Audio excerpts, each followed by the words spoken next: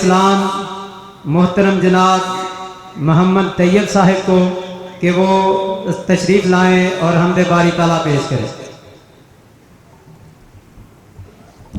السلام علیکم ورحمۃ اللہ وبرکاتہ۔ ماشاءاللہ آج دا عظیم و شان پروگرام جو کہ میرے بھائی عبد المنان قمر صاحب اللہ پاک انہاں دی محنت برکت فرمائے، میرے بھائی شاعر اسلام حمزہ یاسین صاحب اور میرے بڑے ہی پیارے بھائی شاعر اسلام امیر حمزہ شہین صاحب۔ میں مختصر وقت دے اندر 2-3 شعر پڑھ کے اجازت چاہواں گا۔ جہڑے معلوم شہنشاہ نقوی نے حضرت امیر معاویہ دے بارے گستاخی کیتی ہے، انہاں تک پیغام پہنچانا چاہنا۔ حضرت امیر معاویہ مانتے ہو؟ ہاتھ کھڑا کرو۔ ماشاءاللہ ماشاءاللہ۔ سونا سونا سونا نام ہے معاویہ، سونا سونا سونا نام ہے معاویہ، تیرے نام نو سلام ہے معاویہ۔ اس بغیرتا تک یہ پیغام جانا چاہیے، مرکزی جمعیت اہل حدیث والوں یہ پیغام جانا چاہیے۔ سونا سونا سونا نام ہے معاویہ، تیرے نام نو سلام ہے معاویہ۔ سونا سونا نام ہے معاویہ، تیرے نام نو سلام ہے معاویہ، تیرے نام نو سلام ہے معاویہ۔ وحی قرآن دی کتابت چھپائیے، وحی قرآن دی کتابت چھپائیے، حسن دے بعد جے خلافت چھگائیے، حسن دے بعد جے خلافت چھگائیے، او حضور دا غلام ہے معاویہ، او حضور دا غلام ہے معاویہ، تیرے نام نو سلام ہے معاویہ، تیرے نام نو سلام ہے معاویہ۔ سونا سونا سونا نام ہے معاویہ، تیرے نام نو سلام ہے معاویہ۔ بیعت دا ہاتھ جدوں حسن پھرا دیتا، بیعت دا ہاتھ جدوں حسن پھرا دیتا، منکراں منافقانوں اے سمجھا دیتا۔ توجہ کرنا، بیعت دا ہاتھ جدوں حسن پھرا دیتا، منکراں منافقانوں اے سمجھا دیتا۔ ہن خلافت امام ہے معاویہ، ہن خلافت امام ہے معاویہ، تیرے نام نو سلام ہے معاویہ۔ منکر معاویہ دے اخنس خبیث ہیں، اندے تک پیغام پہنچنا چاہیے۔ منکر معاویہ دے اخنس خبیث ہیں، چھوٹے جے شتونگڑے نہیں وڈے ابلیس ہیں، چھوٹے جے شتونگڑے نہیں وڈے ابلیس ہیں، بے لگام لئی لگام ہے معاویہ، بے لگام لئی لگام ہے معاویہ، تیرے نام نو سلام ہے معاویہ، تیرے نام نو سلام ہے معاویہ۔ سونا سونا سونا نام ہے معاویہ، تیرے نام نو سلام ہے معاویہ۔ السلام علیکم۔ 8ویں سالانہ کانفرنس اس کی جگہ جو تبدیل ہوئی ہے، پہلے احباب نے دیکھا کہ اشتہارات محمدی مسجد کے پرنٹ ہوئے تھے، پروگرام وہاں پر تھا۔ بہت سارے دوست احباب نے اصرار کیا کہ کیا وجہ ہے، کیوں آپ نے پروگرام تبدیل کیا؟ بھئی کوئی وجہ نہیں، کسی قسم کی کوئی انتظامیہ کی پریشانی نہیں، مسجد کی انتظامیہ کی پریشانی نہیں، صرف ہمارے ہی 2 علماء ہیں جن کو ہماری دعوت سے پریشانی ہے۔ میں نام نہیں لینا چاہتا، ماشاءاللہ ڈاکٹر ہیں وہ، تو اللہ پاک ان کو ڈاکٹری مبارک کرے اور اللہ ان بھی ہدایت دے. میں تو دعائی کر سکتا ہوں کہ وہ ہمارے راستے میں تقریباً کم از کم باضابطہ طور پہ 4 سالوں سے ہمارے ہر پروگرام میں رکاوٹ ڈال رہے ہیں, اور اللہ کے فضل و کرم سے ہر پروگرام میں ان کو کامیابی ہوئی ہے. اور یہ بھی پروگرام ہم نے رات ہی رات میں دوبارہ اشتہارات لگا کے تو یہ پروگرام یہاں پر ترتیب دیا. پچھلے سال 4 اکتوبر کی مسجد قباء میں اللہ ہی مشکل کشا کانفرنس کے نام پہ وہ کانفرنس تھی. حضرت صاحب نے کہا یہ کانفرنس نہیں ہو سکتی, 3 گھنٹے کی میری ٹیبل ٹاک کے بعد بھی وہ نہیں مانے. انہوں نے کہا جی آپ کر کے دکھاؤ, آپ رو کے دکھائیں گے. اللہ کے فضل سے وہ بھی کانفرنس ہوئی. یہ مجموعہ الاسرار نوجوانوں کی ٹیم ہے, اس میں سارے ہی نوجوان ہیں جو طالب علم ہے, کچھ جو ہے نا کاروباری حضرات ہیں. 15 تقریباً نوجوان ہیں جو باضابطہ اس ٹیم کا حصہ ہیں اور آپس میں مشاورت کر کے یہ پروگرام ترتیب دیتے ہیں. اور یہ چند علماء ہم ان کی احترام کرتے ہیں, پڑھے لکھے ہیں, ہم عزت کرتے ہیں ان کی, لیکن وہ اپنی حرکتوں سے باز نہیں آ رہے. اللہ پاک انشاءاللہ ان کو ہدایت دے گا, کبھی نہ کبھی تو وہ سمجھیں گے. ہماری ان کے لیے دعائی ہے, ہم کسی بھی پروگرام میں ان کی مخالفت نہیں کرتے اور اللہ کے فضل سے ان کے ہر پروگرام میں ہم حاضری بھی دیتے ہیں. اب میں بلا تقدیر اپنے آئے ہوئے معزز مہمان فضیلت الشیخ عظیم مذہبی سکالر جناب حضرت مولانا ڈاکٹر حافظ عبدالباسط فہیم صاحب سابق مدرس مسجد نبوی, وہ الحمدللہ آپ کے سامنے تشریف فرما ہے. انشاءاللہ وہ اپنا عالمانہ فاضلانہ خطاب فرمائیں گے. ایک وضاحت جیسا کہ حافظ فیصل صاحب نے کہا کہ محسن الہی ظہیر صاحب وہ نتیہ گلی میں ہے, آج ایوبیا میں وہاں پر ایک علماء کا مرکزی علماء جتنے بھی ہیں ان کی تربیتی پر چاپ ہے. حضرت امیر پروفیسر سینیٹر ساجد میر صاحب, علامہ اعتصام ظہیر صاحب, جتنے بھی باقی علماء ہیں آپ کے عوامی مقررین سارے وہاں پر موجود ہیں. اپنے یہاں کے جو ہمارے خطیب ہیں مولانا عبدالمنان سلفی صاحب, وہ بھی اسی اجلاس میں شرکت کے لیے گئے ہوئے ہیں, تو اس وجہ سے وہ اس پروگرام میں حاضر نہیں ہوئے, نہیں تو ان کا ٹائم پکا تھا, کنفرم تھا. لیکن آپ سمجھتے ہیں جماعت ہمارے لیے مقدم ہے, ادھر جانا ضروری ہے. تو اب میں بلا تاخیر دعوت دیتا ہوں جناب فضیلت الشیخ ڈاکٹر عبدالباسط فہیم صاحب کو. السلام علیکم ورحمۃ اللہ وبرکاتہ.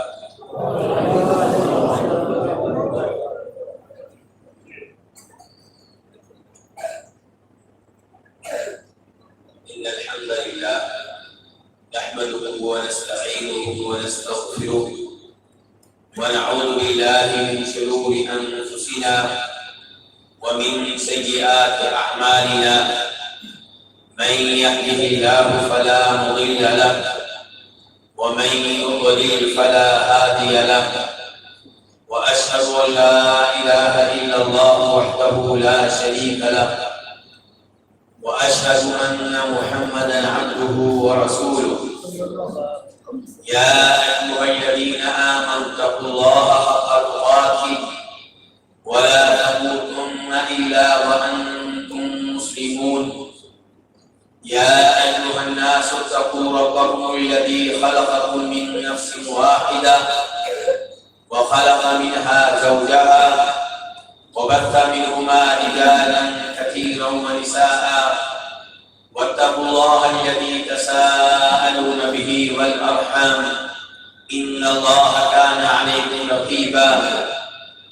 يا ايها الذين امنوا اتقوا الله وقولوا قولا سديدا يصلح لكم اعمالكم ويغفر لكم ذنوبكم, ومن يطع الله ورسوله فقد فاز فوزا عظيما.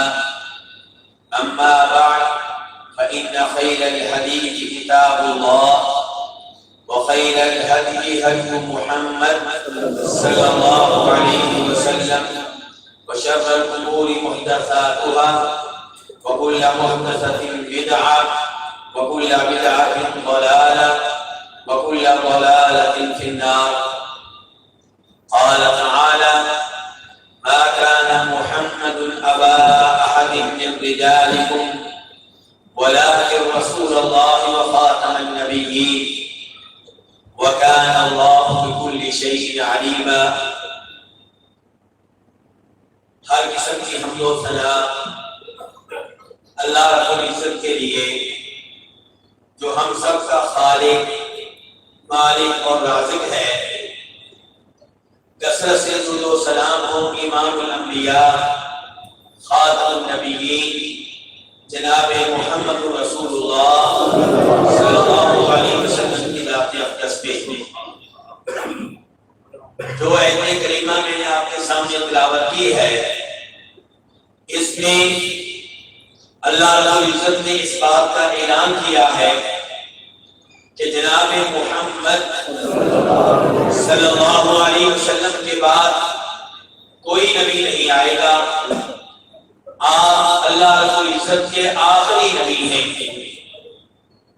چنانچہ اللہ تعالیٰ فرماتے ہیں کہ محمد صلی اللہ علیہ وسلم تم مردوں میں سے کسی کے بھی باپ نہیں ہیں، لیکن آپ اللہ کے رسول ہیں اور نبیوں میں سے آخری نبی ہیں۔ امام ابن کثیر رحمہ اللہ اس آیت کی تفسیر میں ارشاد فرماتے ہیں کہ یہ آیت اس معاملے میں واضح نص ہے کہ نبی علیہ السلام کے بعد کوئی نبی نہیں آئے گا، اور جب آپ کے بعد کوئی نبی آنے والا نہیں ہے تو آپ کے بعد کوئی رسول بھی نہیں آئے گا۔ تو یہ آیت واضح طور پہ نبی علیہ السلام کے اس اعزاز کا اعلان کر رہی ہے کہ آپ کے بعد کسی نبی کی ضرورت نہیں ہے، آپ کا دین قیامت تک کے لیے ہے، آپ کی نبوت و رسالت پوری دنیا کے لیے ہے، عربوں کے لیے ہے، اجمیوں کے لیے ہے، گوروں کے لیے ہے، کالوں کے لیے ہے، اور یہ سلسلہ قیامت تک جاری و ساری رہے گا۔ حالانکہ آپ سے پہلے آنے والے حضرات انبیاء کرام علیہ السلام اپنی اپنی قوموں کے لیے آتے رہے، ایک مخصوص وقت کے لیے آتے رہے، لیکن یہ اعزاز اللہ نے دیا تو میرے اور آپ کے نبی کو دیا کہ آپ قیامت تک کے لیے ہیں اور پوری کائنات کے لیے نبی اور رسول ہیں۔ اللہ رب العزت سورہ اعراف میں ارشاد فرماتے ہیں قُلْ يَا أَيُّهَا النَّاسُ إِنِّي رَسُولُ اللَّهِ إِلَيْكُمْ جَمِيعًا، اے نبی علیہ السلام آپ میرا یہ پیغام لوگوں تک پہنچا دیں کہ اے لوگوں میں تم سب کی طرف اللہ کا رسول بن کر آیا ہوں۔ آپ صرف عربوں کے لیے نہیں ہیں، صرف اہل مکہ کے لیے نہیں ہیں، صرف اہل مدینہ کے لیے نہیں ہیں، بلکہ آپ اس کائنات کے بسنے والے ہر انسان بلکہ ہر جن کے لیے بھی نبی اور رسول ہیں۔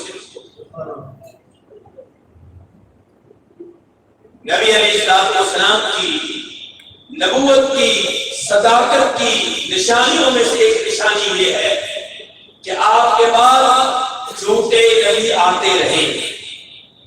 آپ کے بعد جھوٹے نبیوں کا آنا اس بات کی دلیل ہے کہ نبی علیہ السلام واقعی اللہ کے سچے نبی اور رسول ہیں۔ یہ کیسے پتا چلا ہمیں کہ ان کا آنا نبی علیہ السلام کی صداقت کی دلیل ہے؟ اس لیے کہ نبی علیہ السلام نے پہلے سے بتا دیا تھا کہ میرے بعد 30 کے قریب جھوٹے آئیں گے، دجال آئیں گے، کذاب آئیں گے، وہ دعویٰ کریں گے کہ ہم نبی ہیں، جبکہ ان میں سے کوئی بھی نبی نہیں ہوگا۔ امام ترمذی رحمہ اللہ روایت کرتے ہیں نبی علیہ السلام کے آزاد کردہ غلام ثوبان سے کہ فرمایا نبی علیہ السلام نے لا تقوم الساعة حتى تلحق قبائل من امتی بالمشرکین وحتى يعبدوا الاوثان، کہ قیامت قائم ہونے سے پہلے پہلے میری امت کے کئی قبیلے مشرکین سے جا ملیں گے اور باقاعدہ طور پہ بتوں کی عبادت کریں گے۔ یہاں سے کیا پتا چلا آپ کو؟ آج ہم توحید کی دعوت دیتے ہیں، شرک سے روکتے ہیں، تو بہت سے لوگ کہتے ہیں کیا ہر وقت توحید لگے رہتے ہو؟ یہاں سے کیا پتا چلا آپ کو آج ہم توحید کی دعوت دیتے ہیں، شرک سے روکتے ہیں، تو بہت سے لوگ کہتے ہیں کیا ہر وقت توحید توحید لگے رہتے ہو؟ اس امت میں شرک نہیں ہوگا، کیونکہ نبی علیہ الصلوۃ والسلام نے بتا دیا تھا کہ اس امت میں شرک موجود نہیں ہوگا۔ تو میرے بھائیو، اس حدیث میں خود نبی علیہ الصلوۃ والسلام بتا رہے ہیں کہ قیامت واقع ہونے سے پہلے پہلے میری امت کے کئی قبیلے مشرکین سے جا ملیں گے اور باقاعدہ طور پہ بتوں کی عبادت کریں گے۔ میرے بھائیو، اگر اس امت میں شرک کا خطرہ نہ ہوتا تو نبی علیہ الصلوۃ والسلام اپنی آخری سانسیں لیتے ہوئے یہ ارشاد نہ فرماتے کہ لعنت اللہ علی الیہود والنصارى اتخذوا قبور انبیائہم وصالحیہم مساجد الا انہاکم عن ذلک فلا تتخذوا القبور مساجد۔ آپ کہہ رہے ہیں جبکہ آخری سانسیں لے رہے ہیں کہ اللہ کی لعنت ہو یہودیوں پہ، اللہ کی لعنت ہو عیسائیوں پہ کہ ان لوگوں نے اپنے اپنے نبیوں اور اپنے اپنے اولیاء کی قبروں کو سجدہ گاہیں بنا لیا تھا، قبروں کے پاس نمازیں پڑھا کرتے تھے، قبروں کے پاس سجدے کیا کرتے تھے۔ قبروں کو سجدہ گاہ بنانے کی اجازت نہیں ہے، چاہے آپ اللہ کو سجدہ کر رہے ہوں، لیکن قبر کے دائیں بائیں قبر کی طرف منہ کر کے سجدہ کرنے کی اجازت نہیں ہے۔ آپ نے فرمایا میں تمہیں اس معاملے سے، اس چیز سے روک رہا ہوں، اس معاملے میں تمہیں وارننگ دے رہا ہوں۔ تو اس سے پتہ چلا کہ شرک اس امت میں موجود رہا ہے، آج بھی موجود ہے اور آئندہ بھی موجود رہے گا۔ ضرورت اس بات کی ہے کہ میں اور آپ ہم سب اس شرک کو ختم کرنے کی کوششوں میں لگے رہے حتیٰ کہ موت آ جائے۔ نبی علیہ الصلوۃ والسلام اس حدیث میں مزید ارشاد فرما رہے ہیں کہ لوگوں دھیان سے، سیکون فی امتی 30 کذابون کلہم یزعم انہ نبی وانا خاتم النبیین لا نبی بعدی، کہ میری اس امت میں 30 کے قریب کذاب آئیں گے، دجال آئیں گے، مکار آئیں گے، جھوٹے آئیں گے، ان میں سے ہر ایک یہ دعویٰ کرے گا کہ میں نبی ہوں، جبکہ لوگوں میں آخری نبی ہوں، میرے بعد کوئی نبی آنے والا نہیں ہے۔ یہاں پہ میں آپ سے ایک سوال کرنا چاہوں گا کہ نبی علیہ الصلوۃ والسلام نے کہا ہے کہ میرے بعد کتنے نبی آئیں گے؟ 30 جھوٹے نبی آئیں گے۔ تو کیا اب تک صرف 30 آئے ہیں؟ بہت زیادہ آ چکے ہیں، جبکہ اللہ کے رسول نے کہا تھا 30 آئیں گے۔ تو کیا جواب ہے آپ لوگوں کے پاس؟ جی نہیں، 30 سے زیادہ ہو چکے، 30 سے زیادہ ہو چکے۔ تو میرے بھائیو، اس حدیث کا مفہوم یہ ہے کہ وہ جھوٹے نبی جن کو طاقت ملے گی، جن کو قوت ملے گی، جن کا نام باقی رہے گا، جن کے کئی ایک پیروکار ہوں گے، جن کے لشکر ہوں گے، ایسے جھوٹے نبی 30 ہوں گے۔ ورنہ آج بھی صبح و شام کئی اٹھتے ہیں اور نبی ہونے کا دعویٰ کر رہے ہوتے ہیں، ایسے لوگ گننا شروع کر دیں تو ان کی تعداد ختم ہی نہیں ہوگی۔ تو نبی علیہ الصلوۃ والسلام نے اس حدیث میں واضح طور پہ ختم نبوت کا اعلان کر دیا اور بتا دیا کہ میرے بعد کوئی نبی نہیں آئے گا۔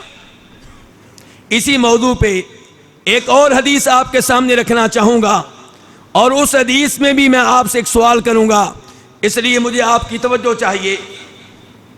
امام مسلم رحمہ اللہ روایت کرتے ہیں جناب سعد بن ابی وقاص رضی اللہ تعالیٰ عنہ سے، جو کن صحابہ کرام میں سے ہیں؟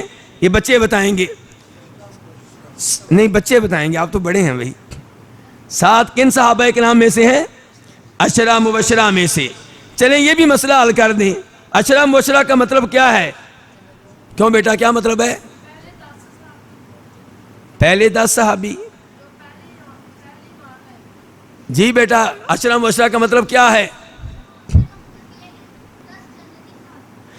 عشرہ مبشرہ کا مطلب یہ ہے کہ وہ 10 صحابی جن کو جنت کی خوشخبری ملی. بہت اچھے بیٹا, اللہ تعالیٰ آپ کو قرآن کا حافظ بنائے, دین کا عالم بنائے. لیکن میرا یہاں پہ بھی سوال ہے کہ جن صحابہ کرام کو جنت کی خوشخبری ملی وہ صرف 10 ہی ہیں؟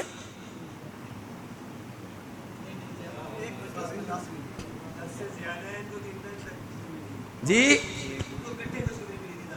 اللہ آپ کا بھلا کرے, ماشاءاللہ. یعنی کہ یہ وہ 10 صحابہ کرام ہیں جن کو نبی علیہ الصلوۃ والسلام نے ایک ہی مجلس میں جنت کا سرٹیفکیٹ دیا تھا, جنت میں جانے کی خوشخبری دی تھی.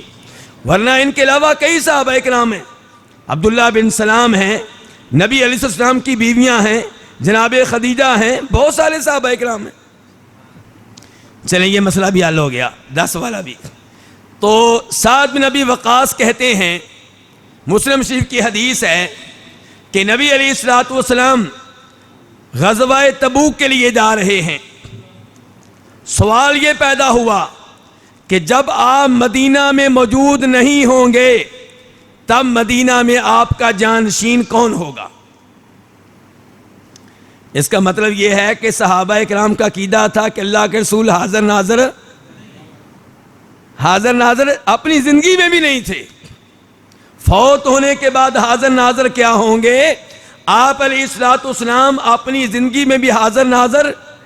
اسی لیے سوال پیدا ہوا ہے کہ جب آپ مدینہ میں موجود نہیں ہوں گے تب آپ کا مدینہ میں جانشین کون ہوگا؟ اگر صحابہ کرام کا اللہ کے رسول علیہ الصلوۃ والسلام کا یہ عقیدہ ہوتا کہ آپ حاضر ناظر ہیں تو مدینہ میں کسی اور کو آپ کا جانشین مقرر کرنے کی ضرورت نہیں تھی. بلکہ یہاں سے مجھے ایک واقعہ یاد آ گیا. مدینہ میں ہمارے ایک پاکستانی دوست نے سنایا, ان کا عقیدہ پہلے ٹھیک نہیں تھا. جب سعودیہ پہنچے اللہ نے توحید کا عقیدہ دیا. ایک عرصے کے بعد پاکستان میں آئے, کراچی میں. انہوں نے سمجھا شاید پاکستان میں بھی سعودیہ والا سسٹم ہوگا, جس مسجد میں نماز پڑھ لیں کوئی مسئلہ ہی نہیں ہے. وہ ایک مسجد میں داخل ہو گئے, امام کے پیچھے ایک آدمی کی جگہ خالی پڑی تھی, وہاں پہ کھڑے ہو گئے. لوگوں نے دھکے مارے, تمہیں شرم نہیں آتی یہاں پہ کھڑے ہو گئے ہو؟ اس نے کہا بھی یہاں پہ کس نے کھڑے ہونا ہے؟ کہا یہ اللہ کے رسول علیہ الصلوۃ والسلام کی جگہ ہے, وہ یہاں پہ کھڑے ہوں گے. اس نے کہا ظالموں, اللہ کے رسول کی جگہ رکھی ہے تو پیچھے رکھی ہے, اللہ کے رسول کی جگہ رکھنی ہے تو مصلی امامت پہ خالی رکھو. تو جناب علی کو نبی علیہ الصلوۃ والسلام نے تبوک کی لڑائی کے لیے جاتے ہوئے مدینہ منورہ میں اپنا جانشین مقرر کیا. جناب علی خوش ہوئے ہوں گے. میرے جیسا کوئی ہوتا تو خوش ہوتا کیا؟ لڑنا نہیں پڑے گا, آرام سے بیوی بچوں کے پاس بیٹھیں گے, گرمی کا موسم ہے, تبوک کا اتنا لمبا سفر کون کرے, اور پھر مدینہ میں کھجوروں کا پھل بھی پک چکا ہے, اسے چھوڑ کر کون جائے. لیکن جناب علی رضی اللہ تعالیٰ عنہ اللہ کے سچے مجاہد ہیں, اللہ کے سچے سپاہی ہیں, اللہ کی راہ میں جہاد کرنا چاہتے ہیں, اللہ کے دشمنوں سے لڑنا چاہتے ہیں. کہا اللہ کے رسول آپ مجھے عورتوں اور بچوں میں چھوڑ کے جا رہے ہیں؟ نبی علیہ الصلوۃ والسلام نے کہا تھا اما ترضى ان تكون مني بمنزلة هارون من موسى الا انه لا نبي بعدي. آپ لوگوں کی توجہ چاہتا ہوں, میں آپ کی آنکھیں دیکھ رہا ہوں اور آپ کی آنکھیں پھر گئی ہیں. آپ کہہ رہے ہیں کہ علی کیا تمہیں یہ چیز پسند نہیں ہے, کیا تمہیں یہ اعزاز پسند نہیں ہے کہ تمہارا میرے ہاں وہی مقام و مرتبہ ہے جو ہارون کا موسیٰ علیہ السلام کے ہاں مقام و مرتبہ تھا. لیکن ایک فرق رہے گا, وہ یہ کہ موسیٰ علیہ السلام نے ہارون علیہ السلام کے لیے دعا کی تو اللہ نے موسیٰ علیہ السلام کی دعا سے ہارون علیہ السلام کو بھی نبی بنا دیا، لیکن میرے نبی بن جانے کے بعد کسی اور کو نبوت نہیں ملے گی۔ آپ کیا کہہ رہے ہیں؟ میرے نبی بن جانے کے بعد کسی اور کو نبوت نہیں ملے گی۔ میں نے یہ حدیث آپ کے سامنے رکھی ہے یہ بتانے کے لیے کہ نبی علیہ السلام خاتم النبیین ہیں، آپ کے بعد کوئی نبی نہیں آئے گا، لیکن اس حدیث سے دوسرے لوگ ایک غلط فائدہ اٹھاتے ہیں، تو میں ان کا سوال آپ سے کرنے لگا ہوں۔ وہ یہ کہ نبی علیہ السلام کہہ رہے ہیں کہ اے علی، تمہارا میرے ہاں وہی مقام و مرتبہ ہے جو موسیٰ علیہ السلام کے ہاں ہارون کا تھا۔ وہ کہتے ہیں اس سے پتہ چلا کہ نبی علیہ السلام کے بعد خلافت جس کا حق تھا وہ علی ہیں۔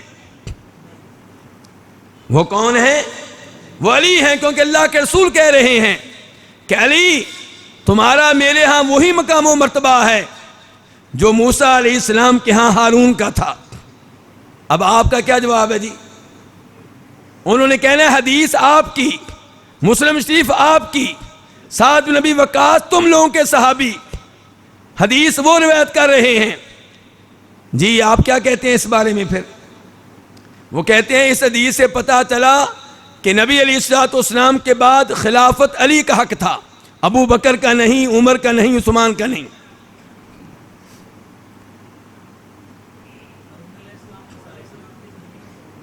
اللہ آپ کا بھلا کرے، اللہ آپ کو جزائے خیر دے۔ دیکھیں کتنے چھپے ہوئے لوگ موجود ہیں، ماشاءاللہ۔ یہ چھپے ہوئے ہیں آپ کی نگاہوں سے، لیکن اللہ کی نگاہوں سے چھپے ہوئے نہیں ہیں۔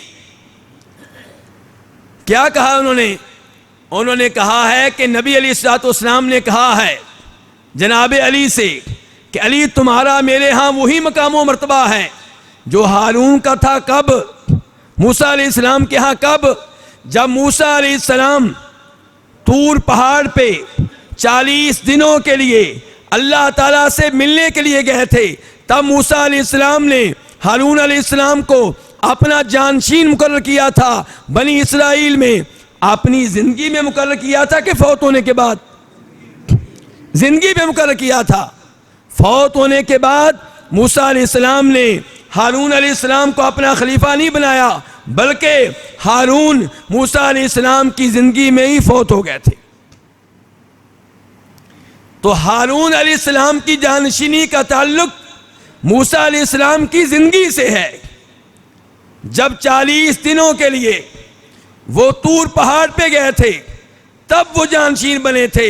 تو جناب علی کی جانشینی کا تعلق ان دنوں سے ہے جن دنوں میں نبی علیہ السلام تبوک میں گئے تھے اور مدینہ منورہ میں جناب علی آپ کے خلیفہ بنے، آپ کے جانشین بنے، آپ کی زندگی میں چند دنوں کے لیے بنے۔ اس حدیث کا اس موضوع سے کوئی تعلق نہیں ہے کہ نبی علیہ السلام کے فوت ہونے کے بعد خلیفہ کون بنے گا، وہ حق ابو بکر صدیق کا ہے، جیسا کہ دیگر احادیث سے ثابت ہے۔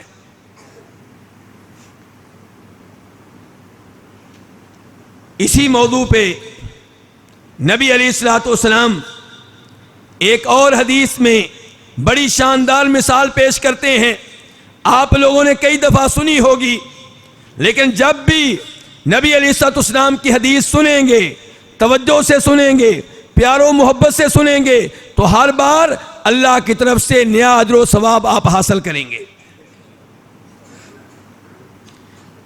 فرماتے ہیں نبی علیہ السلام، میری مثال اور پہلے نبیوں کی مثال ایسے ہے جیسے کوئی آدمی ایک شاندار محل تعمیر کرے اور اس محل میں ہر خوبی ہو، ہر کمال ہو، جو دیکھے آشش کر اٹھے۔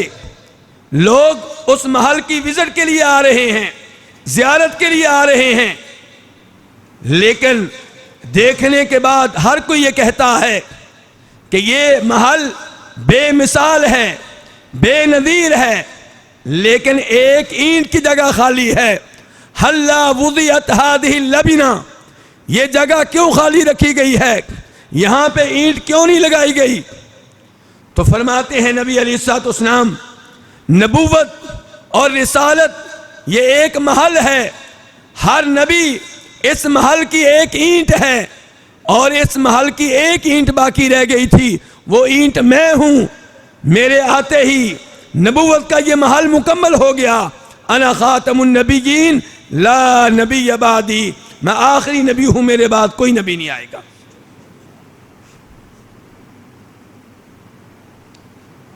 نبی علیہ الصلوۃ والسلام آپ کو اللہ رب العزت نے کئی ایک اعزازات دیے, کئی طرح سے اللہ رب العزت نے آپ کو پہلے انبیاء کرام پہ فوقیت دی. ان میں سے ایک یہ ہے کہ آپ فرماتے ہیں ارسلت الی الخلق کافہ وختم بی النبیون, کہ مجھے اللہ رب العزت نے ساری کائنات کے لیے رسول بنا کر بھیجا ہے, اور میرے ساتھ ہی نبوت کا سلسلہ ختم کر دیا گیا ہے. لیکن افسوس سے کہنا پڑتا ہے کہ نبی علیہ الصلوۃ والسلام کی زندگی کے آخری ایام سے ہی ایسے لوگ پیدا ہونا شروع ہو گئے تھے جنہوں نے نبوت کا جھوٹا دعویٰ کیا. ان میں سے پہلا انسان کون سا ہے؟ بچے بتائیں گے. پہلا شخص کون سا ہے جس نے جھوٹے طور پہ نبوت کا دعویٰ کیا تھا؟ جی بیٹا. اللہ آپ کا بھلا کرے, اللہ آپ کے دین اور ایمان کی حفاظت فرمائے. پہلا مسلمہ کذاب ہے. آخری کون ہوگا؟ جی اللہ آپ کا بھلا کرے. آخری دجال ہوگا. آخری کون ہوگا؟ مسلمہ سے یہ سلسلہ شروع ہوتا ہے اور دجال پہ جا کے یہ سلسلہ ختم ہوگا. آپ کہیں گے ہم نے تو سنا تھا کہ دجال رب ہونے کا دعویٰ کرے گا, اور مرزا غلام احمد قادیانی کو آپ نے نہیں دیکھا, کبھی کیا دعویٰ کرتا تھا, کبھی کیا دعویٰ کرتا تھا. ایسے ہی دجال پہلے نبوت کا دعویٰ کرے گا, بعد میں رب ہونے کا دعویٰ کرے گا. تو مسلمہ کذاب, اس نے نبی علیہ السلام کی زندگی میں نبوت کا دعویٰ کیا. دوسرے نمبر پہ کون ہے جس نے آپ کی زندگی میں نبوت کا دعویٰ کیا تھا؟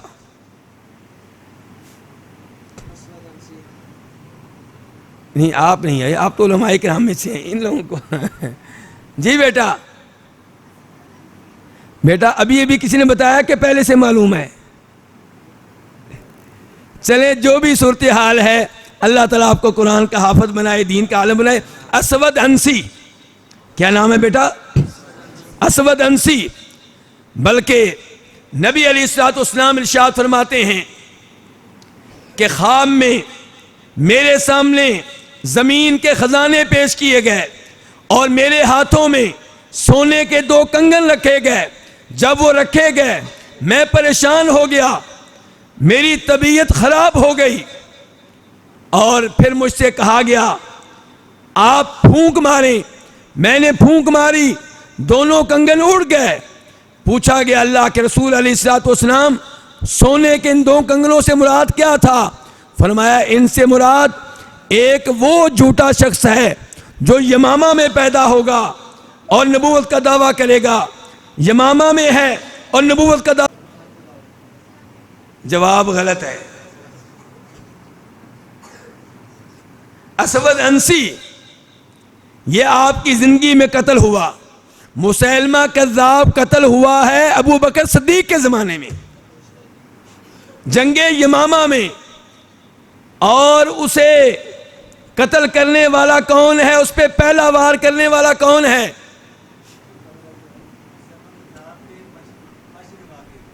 جی وحشی نے. وہی وحشی جس نے شہید کیا تھا کس کو؟ سید الشہداء جناب امیر حمزہ رضی اللہ تعالیٰ عنہ کو. اسی نے پہلا وار کیا ہے مسلمہ کذاب پہ. اور یہاں سے یہ بھی پتا چلا کہ اگر کسی سے کوئی غلطی ہو جائے وہ توبہ کر لے تو اللہ تعالیٰ معاف کرنے والے ہیں. شاید آپ لوگوں کے ذہنوں میں وہ حدیث ہو, بخاری شریف کی حدیث ہے, فرماتے ہیں نبی علیہ الصلوۃ والسلام اللہ تعالیٰ ان دو آدمیوں کو دیکھ کر مسکراتے ہیں جن میں سے ایک دوسرے کا کیا ہے؟ قاتل ہے. دونوں جنت میں جائیں گے. کیسے؟ ایک آدمی کافر ہے, اس نے مسلمان کو شہید کیا, مسلمان کہاں چلا گیا؟ جنت میں. بعد میں قاتل کو اللہ نے ہدایت دے دی اور اس نے اسلام قبول کر لیا, وہ بھی جنت میں جائے گا. اس لیے ہم کہتے ہیں یزید پہ ہاتھ ہولا رکھا کرو. یزید پہ ہاتھ, میں اس مسئلے کی تفصیل میں نہیں جاؤں گا کیونکہ اختلافات شروع ہو جاتے ہیں, لیکن یہ مغفرت کے معاملے, یہ جنت کے معاملے اللہ کے ہاتھ میں ہیں. نام لے کر کسی بھی مسلمان پہ لعنت کرنے کی اجازت نہیں ہے. نام لے کر کسی بھی مسلمان کو جہنمی کہنے کی اجازت نہیں ہے. تو اس لیے لوگوں کے پروپیگنڈے سے متاثر ہو کر کسی ایک انسان پہ صبح و شام لعنت کرنا یہ مسلمان کو زیب نہیں دیتا.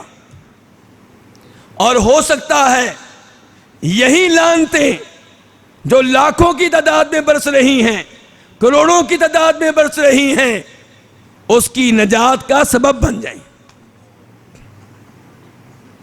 جب ایک مسلمان پہ صبح و شام آپ لعنتیں کریں گے, بار بار کریں گے, ایک دنیا کرے گی, تو آپ بتائیے کہ یہ گالیاں, یہ لعنتیں, یہ برا بھلا کہنا اس کے لیے مفید ثابت ہوگا کہ نقصان دہ ثابت ہوگا؟ اگر وہ توحید پہ ہے جس پہ آپ لعنتیں کر رہے ہیں تو یقیناً یہ لعنتیں اس کے درجات کی بلندی کا سبب اور ذریعہ بن جائیں گے. بہرحال وحشی بن حرب نے اتنا بڑا جرم کیا کہ نبی علیہ السلام کے چچا کو شہید کیا, اور یہ اتنا بڑا جرم تھا کہ جب وہ مسلمان ہونے کے لیے آیا تو نبی علیہ السلام نے کیا کہا تھا؟ وحشی تمہارا اسلام قبول کرتا ہوں لیکن میرے سامنے نہ آیا کرو.